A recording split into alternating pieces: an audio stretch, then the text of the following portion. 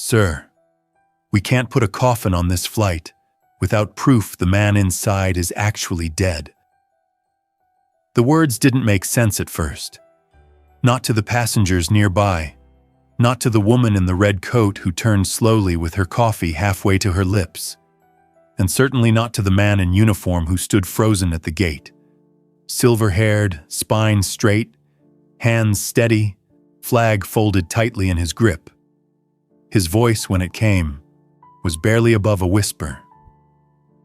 I buried him 12 years ago. Narrator. He thought the war had ended, that the boy he lost was finally home. But one line in a computer system just exposed a truth no one was prepared for. If this story stirs something in you, subscribe, comment where you're watching from, and stay through the final moment. This one doesn't end where you think it does.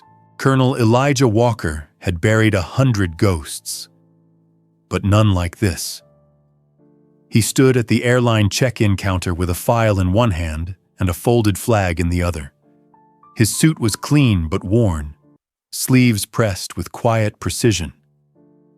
The staff behind the desk wore bright uniforms and thin smiles until they read the name on the manifest, Jason T. Whitmore. Her fingers hovered above the keyboard. "I'm sorry, I need to check something." He'd heard that before, in hospitals, in outposts, in graveyards. The supervisor came next, younger man, sharp tie, polite but tense. "Sir, I'm afraid there's an issue. According to our federal database, Specialist Jason M. Whitmore was confirmed KIA in 2011. There's no record of a Jason T. Whitmore being listed as deceased. That mismatch triggered a block in our system. Until it's verified, we can't authorize human remains on this flight." The words landed like a slap. Elijah's voice was calm, but cold. "I held him as he bled out in the desert. I wrote the letter to his mother. I saw the boots in the dirt, the dog tags. You're telling me I imagined all of it?" The supervisor flinched. "I'm just telling you what the system says." That was the problem. The system had spoken, but it hadn't listened. And now the boy Elijah promised to bring home was being questioned. Again, the casket sat silent behind them, draped in the same flag Elijah carried across 3 deployments, now reduced to a bureaucratic anomaly. People had begun to notice. A woman in leggings stopped scrolling her phone. A teenager lowered his earbuds. Murmurs built slowly, like a storm crawling over the horizon. But Elijah didn't look back. His eyes were locked on the supervisors. "Let me get this straight," he said. "You're refusing to board the body of a U.S. soldier because a database thinks he might still be alive?" "It's not personal, sir," the man replied, voice tight. "It's protocol." Protocol, that word. It always came before the injustice, before the denial of benefits, before the lost paperwork, before the caskets sent home under the cover of silence. Elijah had buried too many friends under that word. He stepped back, slowly, measured. The agent behind the counter didn't move. Neither did the coffin. But the air in the terminal had changed. Someone whispered, "That man's a colonel." Another voice followed, louder. "He's escorting a fallen soldier. What the hell's going on?" And then, phones came out. Elijah didn't flinch. Let them film. Let the world see what it looked like when honor met policy, and policy blinked. A middle-aged man stepped forward from the security line, tan jacket unzipped, a marine pin glinting near his collar. "You said Jason M. Whitmore," the man called out. "What if it's a typo?" "Sir, we're working with military-confirmed data," the supervisor started, but the Marine cut him off. "I buried my buddy with the wrong middle initial on his headstone. Took me 4 years to get it changed. Doesn't mean he wasn't dead." The silence thickened. Even the boarding announcements quieted, as if the airport itself had stopped to listen. Elijah finally spoke again, voice hoarse. Jason was real. 19, Georgia boy. Loved country music and bad coffee. He died trying to save a civilian convoy in Helmand. I've lived 12 years with that day in my head, and now you're telling me I've brought the wrong boy home? No one answered. Then a new voice came from behind.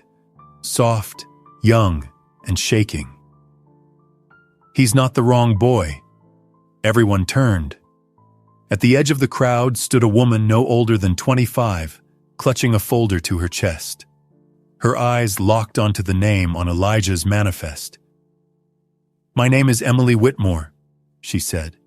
Jason was my brother. Elijah's heart stopped. She stepped forward, hands trembling. I was placed in foster care after our mother passed. I moved 6 times in 4 years. The army said they couldn't find next of kin. I only found out yesterday, from a Facebook post, that someone was bringing my brother home. She opened the folder. Inside, a photograph. A boy in uniform with the same eyes. A letter. A DNA test result she had ordered herself after receiving a copy of Jason's archived military records. I don't know who made the mistake, but if you don't let him on that plane, I'll go with him. I'm his family, and I'm not letting him be forgotten again. Elijah swallowed hard. His throat burned. It had taken 12 years, a mismatched name, and a stranger with his soldier's eyes. But Jason was finally not alone. The supervisor looked rattled now, like someone realizing the rule book in his hands wasn't made for moments like this. He turned toward his team, muttered something under his breath, then excused himself to make a few calls. But the damage had already shifted. The crowd wasn't just observing anymore. They were present. Some angry, some confused, many silent. A young mother held her child a little tighter. A TSA agent stepped out from behind his podium just to get a better look. And in the middle of it all stood Emily, her voice steadier than her hands. I never got to bury him, she said quietly. They said his body was unrecoverable, that there wasn't enough to identify. I asked for records. They said everything was classified, that I wasn't listed as next of kin. I was 16. She looked at Elijah. I don't know you, but I know you tried. And if you're the one who's carried him this far, then maybe you were his family too. Elijah's lips parted, but no words came. The girl had Jason's eyes. He could see them now, not just in color, but in that same stubborn fire, the one that wouldn't let go even after the world had moved on. The supervisor returned, his steps quicker now, face pale beneath the buzz of fluorescent light. Colonel Walker, Miss Whitmore, he began, voice carefully rehearsed. I've spoken with the Department of Defense liaison. They've confirmed there was a file discrepancy, likely stemming from a corrupted record in a post-incident batch upload. There was a backup system that misrecorded Specialist Whitmore's middle initial. He cleared his throat. We will allow the remains to board. Emily let out a small breath, but Elijah didn't move, because something still didn't sit right. A corrupted record, he repeated. And that's all? The supervisor hesitated. There's one more thing. He turned the clipboard he'd been holding, slid it across the counter. A single page, a printed email thread. At the bottom, buried beneath redactions and timestamps, a sentence was circled in yellow. Preliminary match found in live biometric scan. Possible link to Jason Thomas Whitmore, presumed KIA 2011. Elijah stared at it. What is this? It was flagged last week, the supervisor said. A private contractor assisting in post-conflict detainee processing in Eastern Europe ran a partial biometric match on an unidentified former U.S. serviceman found in a collapsed detention site. The data was inconclusive, but someone in the Pentagon must have noticed the overlap with Jason's old profile, because your flight was flagged for verification. Elijah's fingers tightened on the paper. "You're telling me?" "I'm telling you, sir," the man said gently, "that someone isn't sure the body in that casket is Jason Whitmore, and someone else might be." The terminal fell away. 12 years of guilt, of folded flags, of anniversaries remembered alone. They cracked all at once, splintering under the weight of a single impossible sentence. Jason might be alive. For a long moment, Elijah said nothing. His body didn't move. His breath didn't change. But behind his eyes, something shifted, like a lock turning after a decade of silence. He looked at the casket, the wood polished, the flag perfectly draped, and for the first time, it felt like a question instead of an answer. Emily stood beside him, eyes wide, mouth slightly open. "But they told us he was gone, that there was no way to recover the body." The supervisor nodded slowly, and that may still be true. But now there's uncertainty. And the thing about uncertainty, especially when it involves soldiers, is that it never rests. A TSA agent stepped forward, offering quiet permission to move the casket. The crowd had grown dense, phones out, yes, but many lowered now, as if what they were witnessing deserved more than pixels. Elijah's voice finally returned, hoarse and hollow. "Where was the man found?" The supervisor glanced down at the clipboard again. "Outside a collapsed site near Kandahar, an unofficial detention compound. Apparently abandoned since 2013. He was barely coherent, malnourished, said only a few words. But one of them was Whitmore." Emily's hand flew to her mouth. Elijah closed his eyes. The last time he saw Jason, there was fire, screams, smoke pouring into the broken vehicle.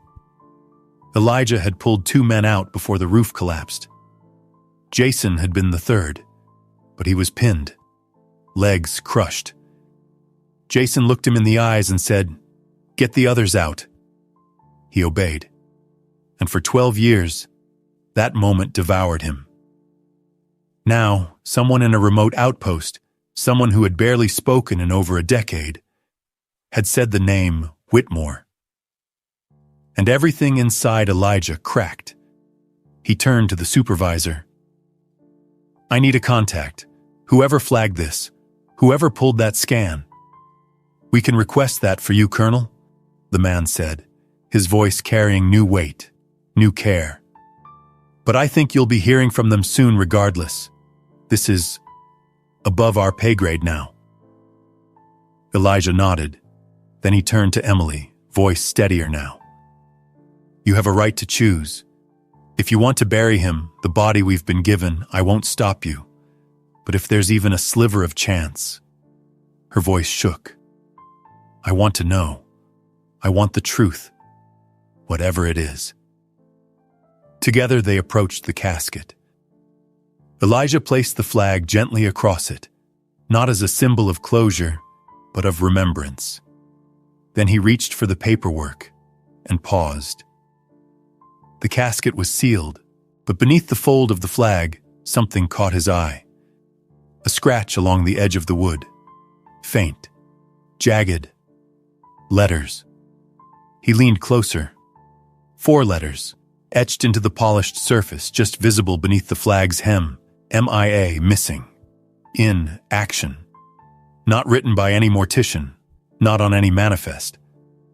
A message, scratched by fingernails or broken metal from the inside. The silence broke him.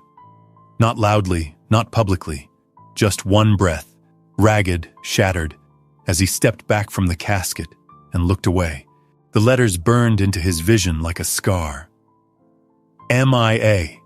3 simple marks that rewrote 12 years of certainty. Marks that shouldn't be there. Couldn't be there. Elijah's knees weakened, but he didn't fall.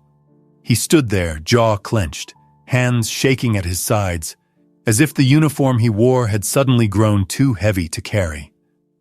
The air around him thickened, and the terminal seemed to dissolve into silence, muffled by the thrum of memory rising behind his eyes. Emily leaned forward, her breath catching. Did he scratch that himself? Elijah's voice came from deep inside him, like something dug out with pain. If he did, then whoever's in that box is not my soldier. A single gasp broke from someone behind them. The airline staff said nothing. The TSA agent stepped back. The Marine from earlier crossed his arms slowly, his brow furrowed in a way that said, "This just became something else entirely." Emily stared at the letters again, her fingers tightening around the folder she carried. "I need to see what's inside," she said suddenly. "I need to know." Elijah reached out, stopping her. "No." She blinked, startled. "But—" He shook his head, firm but kind. "You don't want to open a coffin at gate 12, Emily. Not like this. Not without answers. Not until we're sure." A beat passed, then another. Until the supervisor, his voice barely a whisper, spoke again. "There's a special investigations contact in Washington. Military forensics. I've got his number. I'll make the call." Elijah nodded once, eyes still on the casket. His mind, though, had gone somewhere else. Back to the mission log. Back to the convoy. Back to the explosion. The metal. The heat. And Jason's voice. "Get the others out." It never sounded like goodbye. Not really. Just an order. A command. From a boy who still believed he'd walk out behind them. Now, Elijah wondered if maybe he had. A sudden vibration in the air signaled a nearby announcement. Final boarding call for Flight 226 to Savannah. The words hit him in the chest. That was the flight. The one he was supposed to take. The one where he'd sit beside Jason's body in silence, counting down the hours to a gravesite already dug. The flight that now seemed like a false ending to a story just beginning. He turned to Emily. His voice was steady now, like it hadn't been in years. "We're not getting on that plane." She didn't argue. Instead, she took his arm. "What do we do?" "We go backwards," he said. "To the beginning. To the files, the records, the people who said they knew. If there's even the slightest chance he's out there." His voice caught. "I owe it to him to find the truth." From the edge of the terminal, the Marine stepped forward again. "Then you're not going alone." And just like that, 3 strangers, bound by grief, guilt, and a scratched message in wood, turned away from Gate 12 and toward a road no system had mapped. Outside the terminal, the sun had dipped low, casting long shadows across the pavement. The hiss of jet engines rumbled in the background like distant thunder, but Elijah barely heard them. The weight of the folded flag in his hand felt different now. Not heavier, not lighter. Just unresolved. Emily walked beside him, silent but close. Her gaze locked forward as if she were afraid to look back at the casket being wheeled away for investigation. Behind them, the Marine, George, he'd introduced himself quietly as they exited, kept pace, his steps calm, resolute. None of them spoke for a long time. Then, George broke the silence. "You know the part that really gets me?" he said, his voice low. "If that scratch, those 3 letters, were real, if someone had time to do that before being sealed in, that means someone survived long enough to be found, and wasn't." Elijah's jaw tightened. "It wouldn't be the first time," he said. "We've lost more men to silence than to bullets." George nodded, grim. "Yeah, but it might be the first time someone came back, and no one knew what to do with him." Emily finally spoke, her voice soft, like a question asked in a church.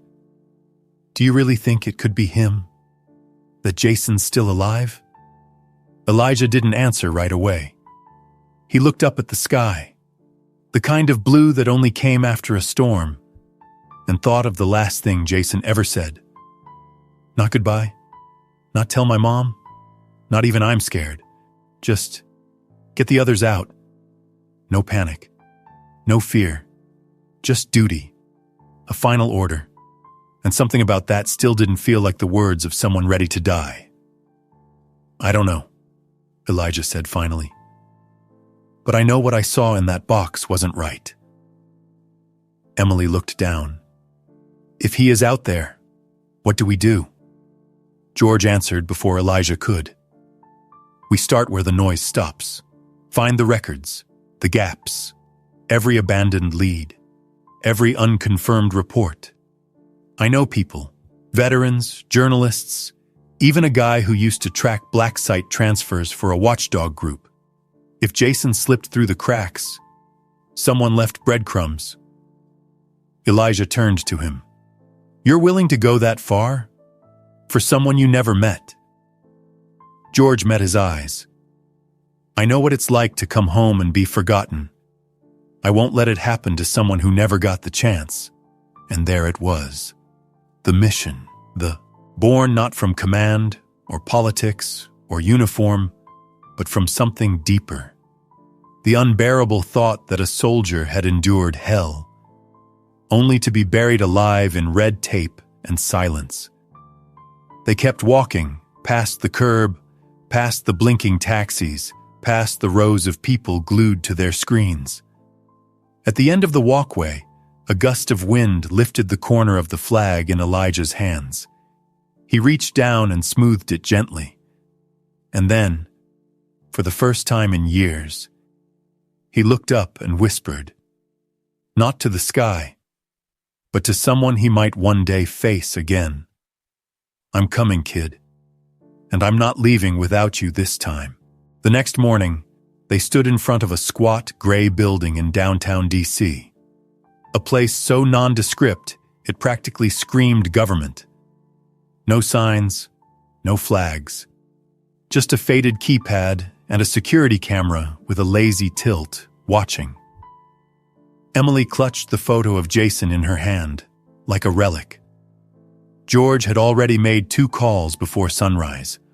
Old contacts, favors owed, reputations cashed in, and Elijah, he hadn't slept. Not because of nerves, but because of everything that hadn't been said in 12 years. He had practiced the words, rehearsed them in his mind. But now, as they approached the door, he realized something terrible. There was no script for this. An intercom buzzed. A voice, clipped, female, official, asked for ID. Elijah held his military credentials up to the lens. The door clicked open without another word. Inside, the air was cold, sterile. A woman in civilian clothes, blazer, tight bun, unreadable eyes, met them at the elevator. "Colonel Walker, Miss Whitmore, Mr. Rodriguez," she nodded at each. "Follow me." Down a hallway, past locked doors, into a room with 1 long table and 2 monitors. One showed a black and white satellite photo of a ruined compound in Afghanistan. The other, a series of biometric markers. The woman gestured toward the screen. "This is the site. 3 weeks ago, special recovery teams operating with NATO clearance found a makeshift cell beneath this structure. It had collapsed. Most of it was unreachable. But one chamber held a single occupant." She pressed a key. A blurry still appeared. A man, rail-thin, wrapped in thermal blankets, face bruised, lips cracked, hair overgrown and wild, but his eyes, swollen though they were, stared straight into the camera with something terrifying. Recognition. Elijah leaned in, not breathing. The woman continued. The subject was too weak to speak coherently. He gave no name, no rank, but he repeated a phrase 3 times before losing consciousness. She tapped another key. A transcript appeared on screen. He got the others out. He got the others out. George swallowed audibly.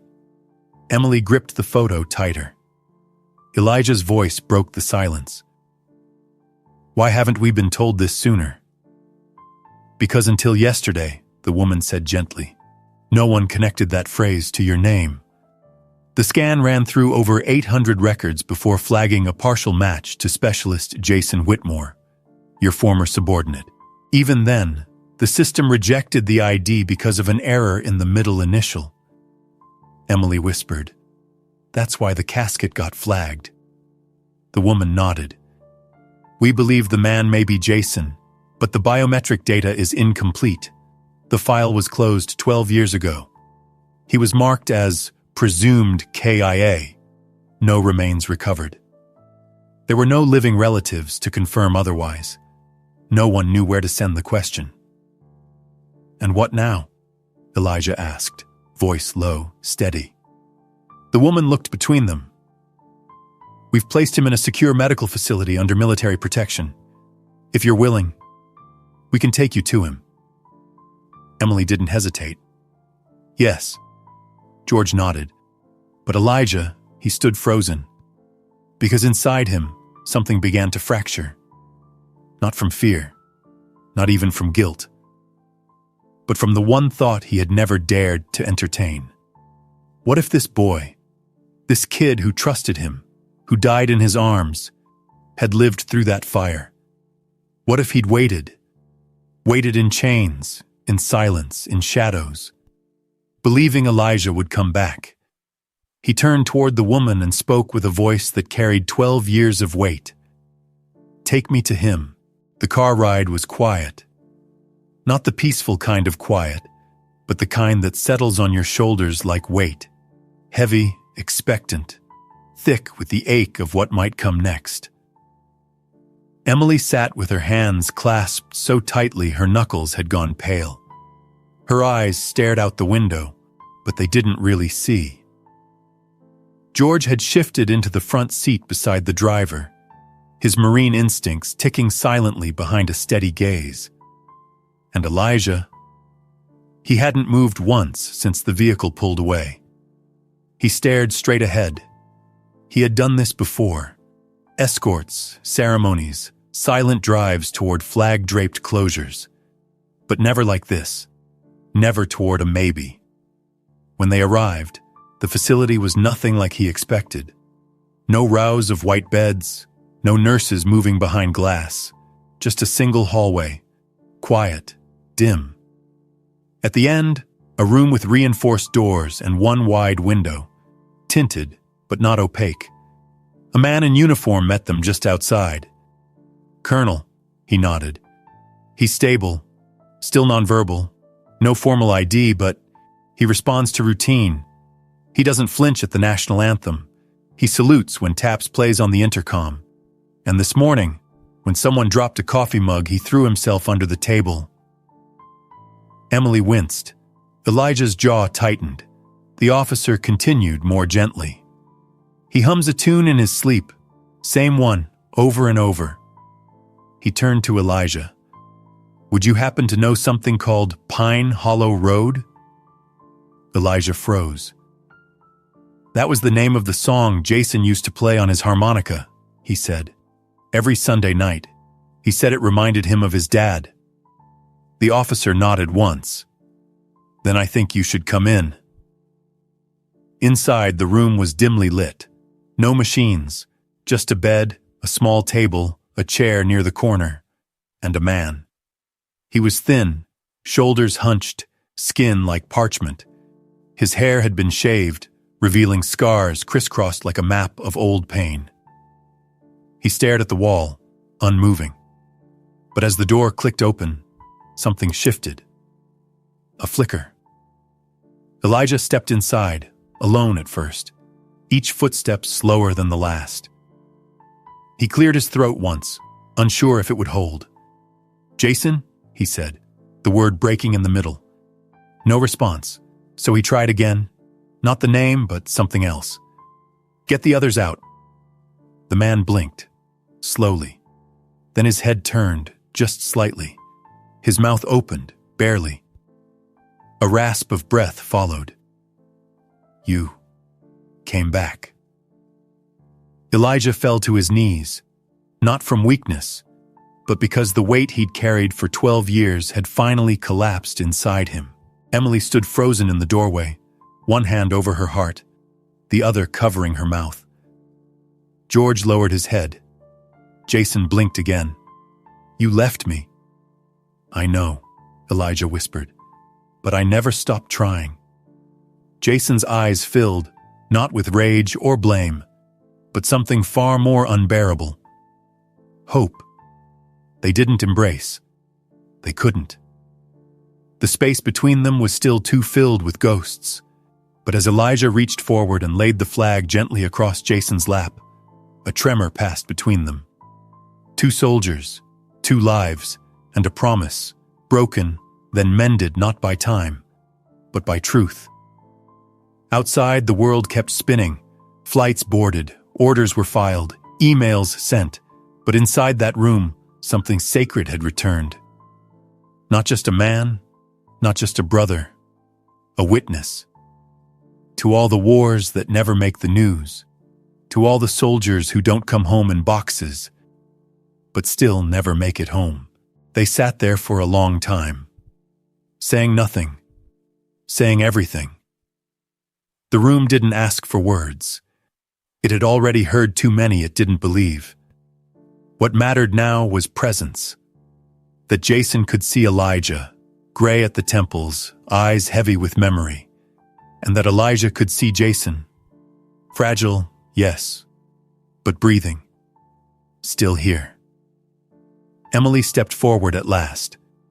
She didn't run to him, didn't break into sobs. Instead, she knelt beside the bed, slowly, like approaching a deer in the woods, afraid that too much sound would send the moment scattering. She placed the photo she had carried this whole time onto the edge of the table. Jason's gaze dropped. He blinked, then blinked again, and a single tear traced a crooked path down his sunken cheek. Elijah broke the silence. "I thought I buried you," he said softly. Jason didn't look away.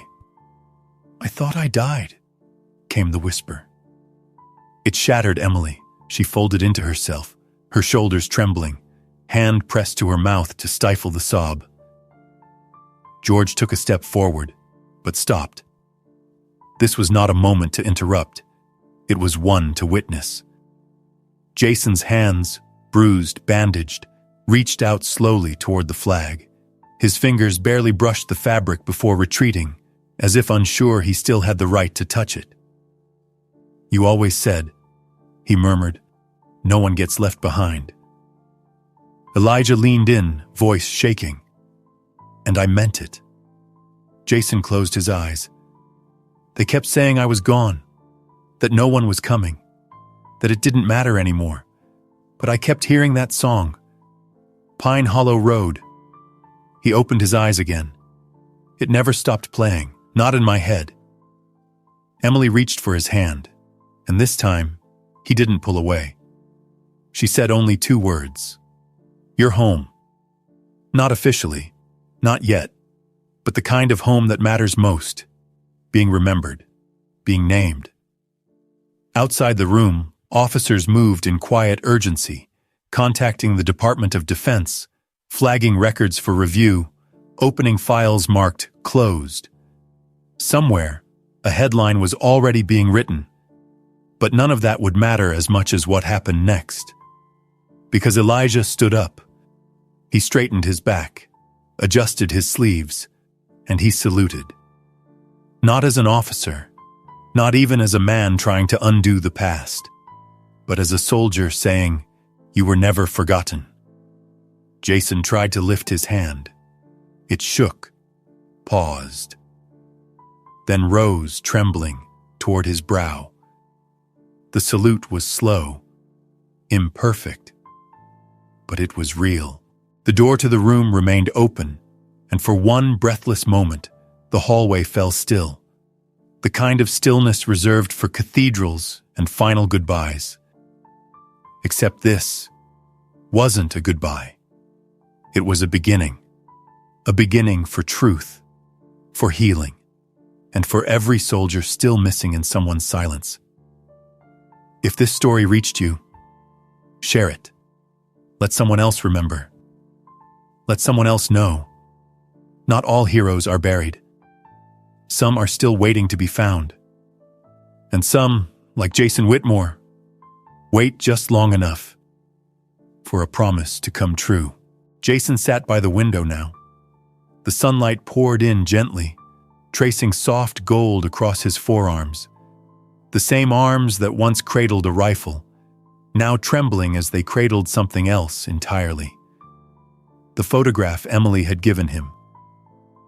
He held it like something fragile, his own face, barely older than a boy, standing proud in uniform, smiling. The scar on his temple twitched. Across the room, Elijah sat quietly in the corner, watching, not guarding, not anymore, just witnessing, just being there, like he should have been all those years ago. Jason turned the photo over. On the back, in faded ink, a sentence his mother once scribbled long before any of them understood war. "Bring this home no matter what." He read it again and again. Then slowly, painfully, he stood. No nurses helped him. No machines beeped encouragement. He rose because there are moments that demand your spine remember who you were, even if your body no longer does. He shuffled to the mirror.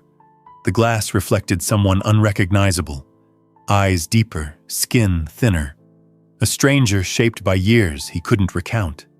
But then, he reached up and placed the folded flag gently over his heart. And just like that, in the silence, in the stillness, he began to hum, a broken tune, crooked, soft. Pine Hollow Road. From the doorway, Elijah stepped forward. Not to interrupt, not to speak, just to listen. His eyes glistened, jaw tight. Emily leaned beside him, her hand gently finding Elijah's, and together they stood, not in grief, not in victory, but in something holy. A reunion not born in parades or medals, but in a quiet song that refused to die. Outside, the sky shifted. Light streamed in across Jason's face. He was no longer a ghost. He was a name. He was a brother. He was home. And somewhere far off, in a grave left empty, a flag stood folded in its case, waiting for the world to catch up with the truth.